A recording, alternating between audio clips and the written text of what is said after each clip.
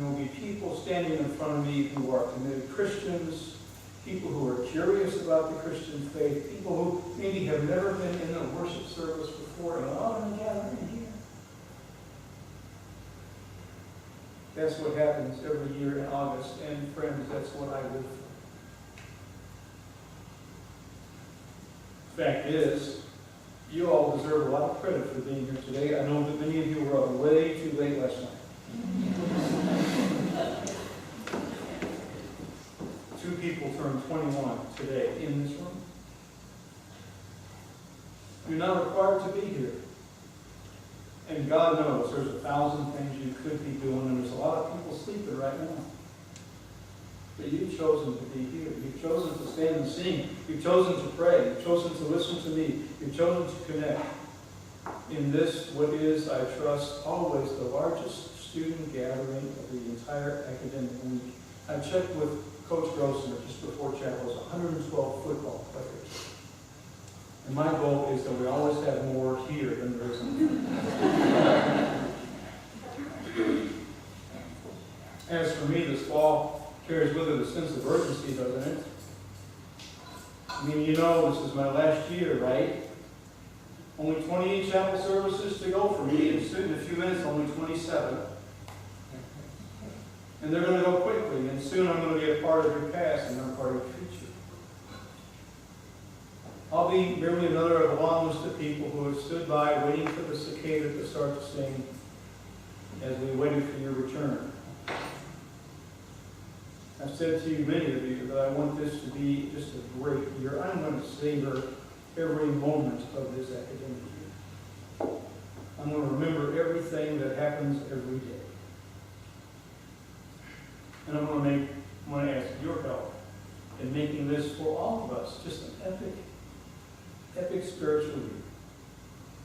It was funny, about 3 weeks ago, the staff member here on campus that pulled me aside, he saw me on the sidewalk, pulled me aside, and thanked me for my years of service and wished me well in my retirement. It was well intended, but a little bit irritating too. I've still got a year to go.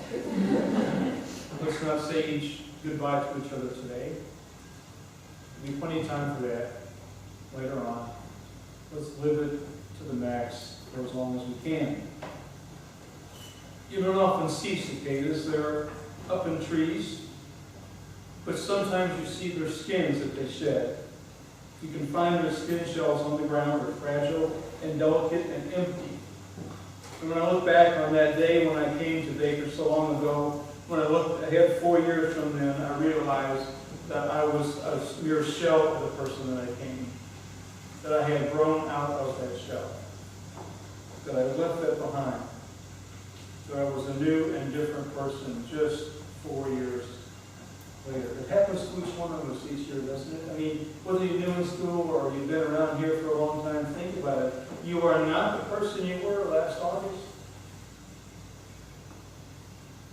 Maybe that's the goal of education, for us to encourage you to somehow crawl out of your shell, of your past, and to learn to sing a new song in the trees. Karl Barth was a theologian of the 20th century, well known.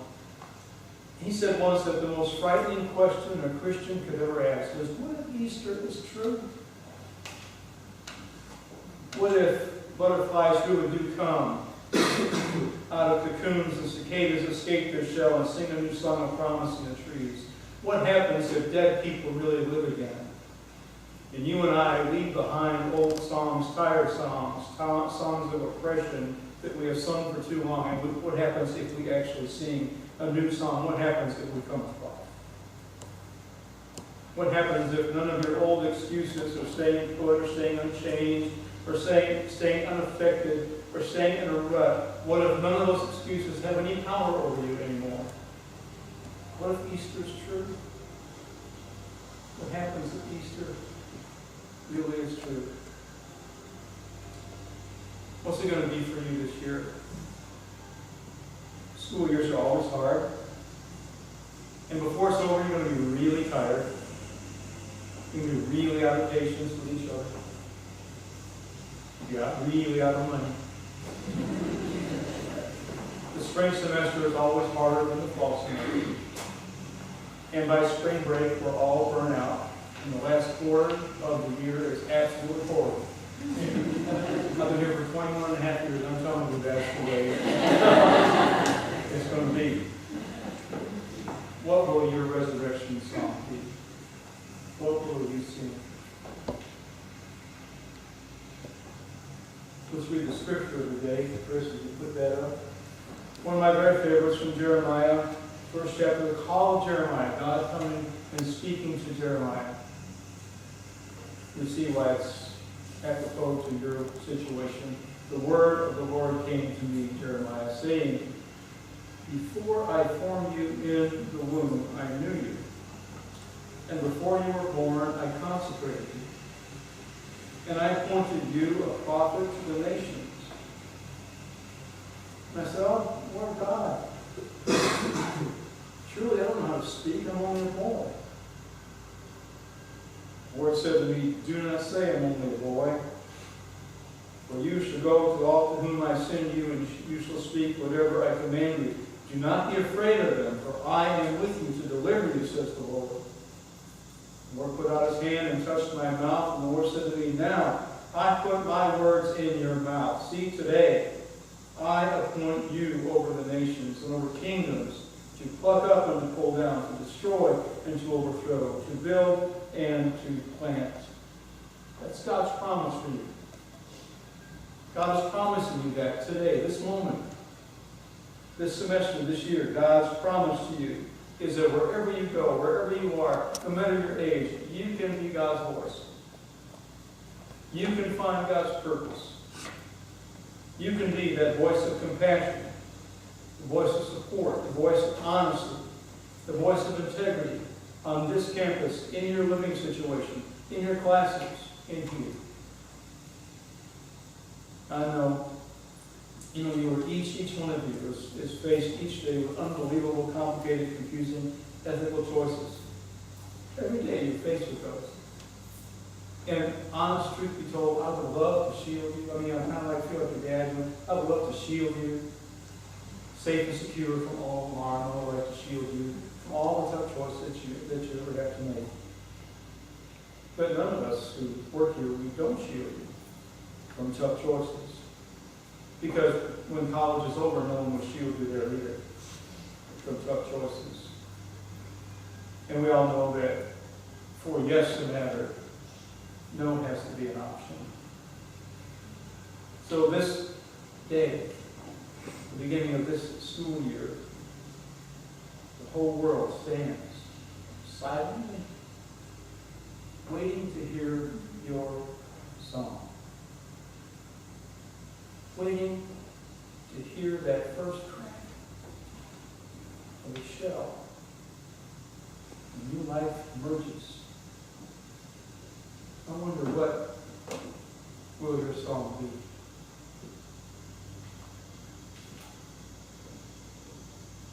be? In fact, the song that we're about to sing is in many ways the signature song for chapel.